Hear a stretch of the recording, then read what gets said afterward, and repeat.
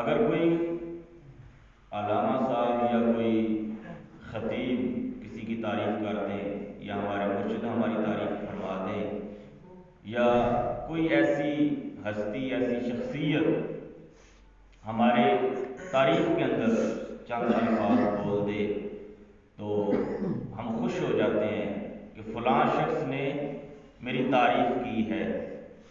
تو اس آیا مبارکہ کو سن کے آپ خوش نہیں ہوئے کہ ہمارا رب ہماری تعریف فرما رہا ہے؟ جب رب کہہ رہا ہے کنتم خیر امۃ کہ تم بہترین امت ہو تو پھر ہماری بہتری میں کوئی شک نہیں رہ جاتا. پھر ہماری بہتری میں کوئی شک نہیں رہ جاتا. جب رب کہہ دے تم بہترین ہو تو اس نے ہمیں عطا کیا ہے, یہ لقب اس نے ہمیں عطا کیا ہے تو ہم بہترین ہیں. تو اگر وہ کہہ دے بہترین ہو تو پھر کام بھی تو بہتر کرنے چاہیے, اچھے کام کرنے چاہیے. اگر وہ کہتا ہے کہ بہترین ہو تو ہمیں بہترین بننا چاہیے. اگر وہ فرماتا ہے کہ تم اچھے ہو بہترین ہو تو پھر ہمیں بہتر بننا چاہیے. اور بہتر بننے کے لیے کیا ہے؟ کنتم خیر امۃ اخرجت للناس تأمرون بالمعروف وتنہون عن المنکر. اور خود بھی ہم گناہوں سے بچیں اور لوگوں کو بھی اس کی تبلیغ کریں, اور خود بھی ہم نیکی کے راستے پہ چلیں اور لوگوں کو بھی اس کی تعلیم دیں, اس کی تبلیغ کریں, اس طرف لے کر کے آئیں, صراط مستقیم کا ان کو درس دیں کہ نمازی بن جاؤ, سیدھے کام کرو, اچھے کام کرو. وہ جو رب فرما رہا ہے بہترین امت ہو تو. اور حضرت موسیٰ علیہ نبینا علیہ الصلوۃ والسلام, اب میں آپ کے سامنے تورات کی آیات پڑھنے لگا ہوں. حضرت موسیٰ علیہ نبینا علیہ الصلوۃ والسلام جب آپ پہ الواح تورات کا نزول ہوا, اور حضرت موسیٰ علیہ نبینا علیہ الصلوۃ والسلام پہ الواح تورات کا جو نزول ہوا وہ اس طرح نہیں تھا جس طرح قرآن کریم نازل ہوئے.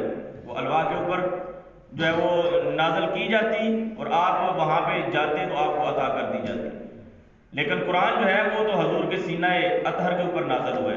اور اس چیز کو علامہ جلال الدین سیوطی رحمۃ اللہ تعالی علیہ آپ نے بھی نقل فرمایا ہے. اور یہ علامہ جلال الدین سیوطی رحمۃ اللہ تعالی علیہ کوئی عام ہستی کا نام نہیں ہے. اہل علم بیٹھے ہیں, اہل علم ان کو نام کو پہچانتے ہیں اور جانتے ہیں. علامہ جلال الدین سیوطی رحمۃ اللہ تعالی علیہ وہ ہستی ہیں جن کو جاگتے ہوئے بیداری کے عالم میں 72 مرتبہ نبی کا دیدار نصیب ہوا ہے. کیا ایک مرتبہ جاگتے ہوئے بیداری کے عالم میں نبی کا دیدار نصیب ہو جائے وہ 2999 درجے ولایت کے فوراً طے کر جاتا ہے. شیخ آپ ایک مرتبہ نہیں, 2 مرتبہ نہیں, 3 مرتبہ نہیں, 72 مرتبہ جاگتے ہوئے بیداری کے عالم میں حضور کا دیدار نصیب ہوا ہے. آپ نے بھی اس کو اپنی کتاب کے اندر نقل فرمایا ہے. فرماتے ہیں کہ جب حضرت موسیٰ علیہ نبینا علیہ الصلوۃ والسلام پہ الواح تورات کا نزول ہوا تو آپ نے اس کو پڑھا اور چند سوالات اللہ کی بارگاہ میں عرض کیے. اللہم انی لاجد فی الالواح امۃ, اے الہی میں نے اس کتاب کے اندر ایسی امت کا تذکرہ پڑھا ہے وہ سابقون الاولون, جو سابق بھی ہوں گے اول بھی ہوں گے. فرمایا کہا کہ الہی وہ امت میری امت کر دے. کہا کہ نہیں, وہ امت میرے پیارے احمد صلی اللہ تعالی علیہ وسلم کی آئیں گے بعد میں, لیکن فضل و شرف کے اعتبار سے وہ پہلے نمبر پہ ہوں گے. اب علماء اکرام نے یہاں پہ ایک مثال دی ہے.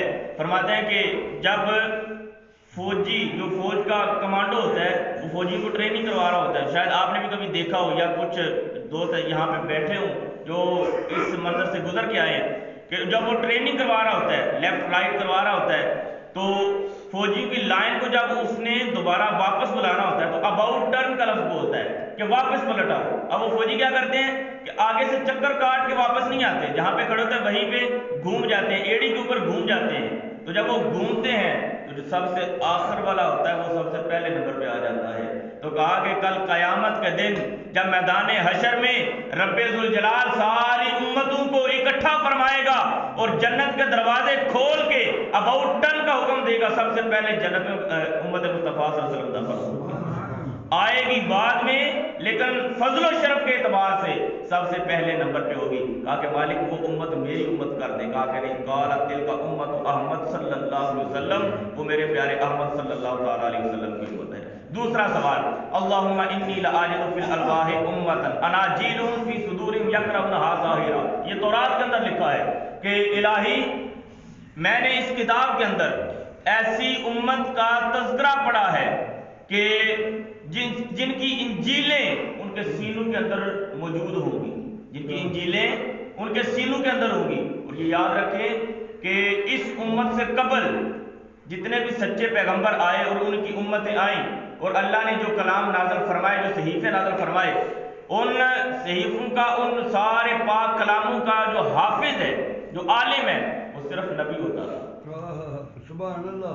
وہ صرف نبی ہوتا تھا. نبی کے علاوہ کسی امتی کو یہ اعزاز حاصل نہیں ہوتا تھا کہ اس کلام کا حافظ بن جائے، اس کلام کا قاری بن جائے، یا اس کلام کا عالم بن جائے. یا آصف بن برقیہ کے بارے میں جو قرآن مجید کے اندر ہے، قال الذی عندہ علم من الکتاب، کہ وہ کتاب کا تھوڑا سا علم رکھتا تھا، وہ بھی پورے کتاب کا حافظ اور عالم نہیں تھا.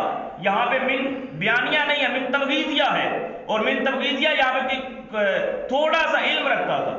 آصف بن برقیہ. تو کوئی بھی نبی آئے ان کی امت میں سے کسی کو یہ شرف حاصل نہیں تھا کہ وہ پوری کتاب کا حافظ اور عالم ہوتا.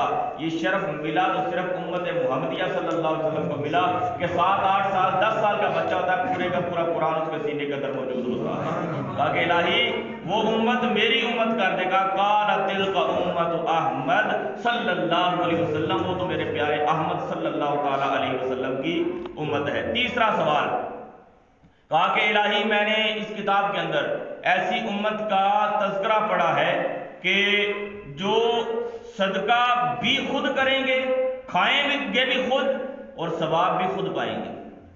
پہلے یہ ہوتا تھا کہ جانور کو ذبح کیا، جس نے صدقہ کرنا ہوتا جانور کو ذبح کیا اور جنگل میں چھوڑ آئے، بجلی آئے گی اچک کے لے جائے گی. اگر اس نے اچک لیا، اٹھا لیا تو تمہارا صدقہ قبول ہو گیا، اگر اس نے چھوڑ دیا تو تمہارا صدقہ ضائع ہو گیا.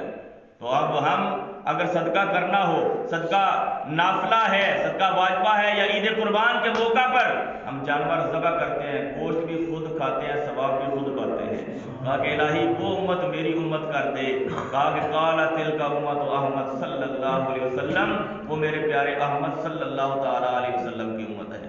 کہا کہ چوتھا سوال حضرت موسیٰ نے جو اللہ کی بارگاہ میں کیا، الہی میں نے اس کتاب کے اندر ایسے لوگوں کا تذکرہ پڑھا ہے کہ جو فقط 10 کا ثواب لکھا جائے گا اگر فقط نیکی کی نیت کریں گے.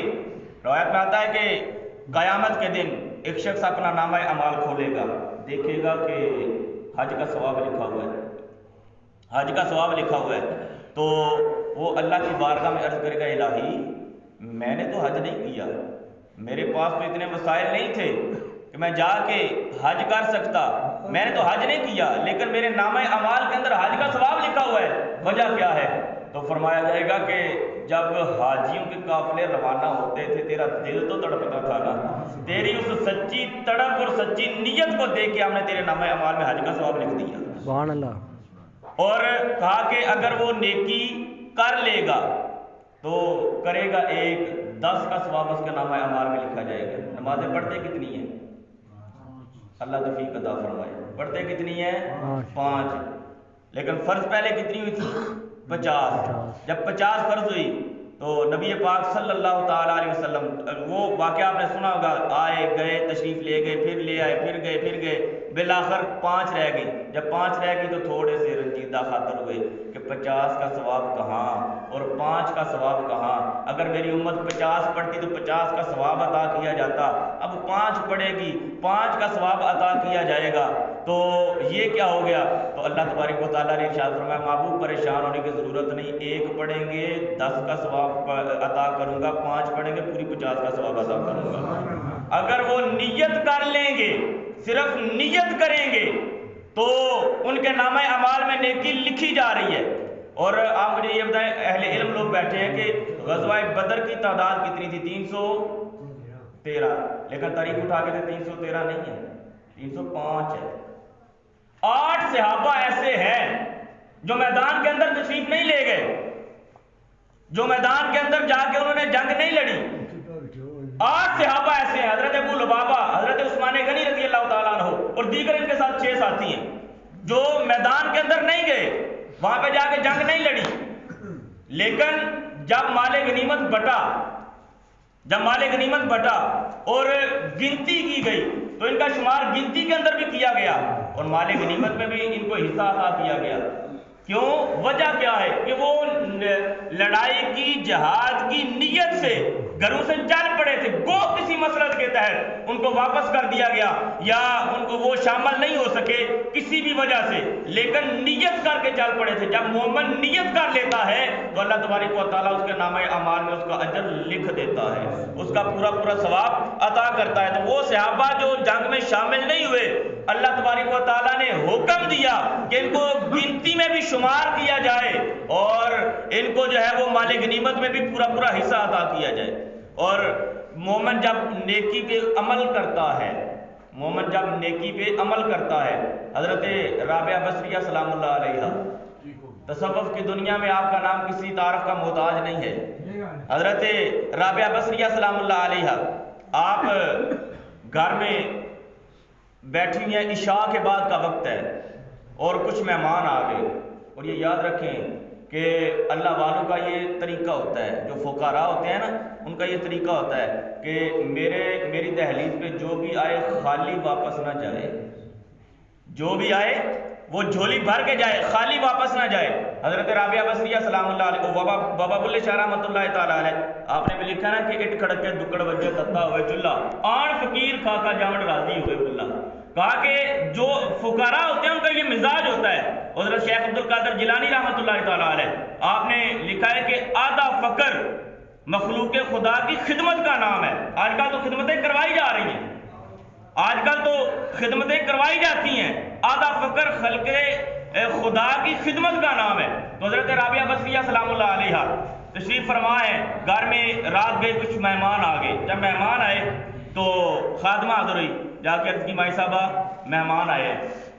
تو مائی صاحبہ نے فرمایا کہ ٹھیک ہے، ان کو بٹھاؤ اور کھانا کھلاؤ.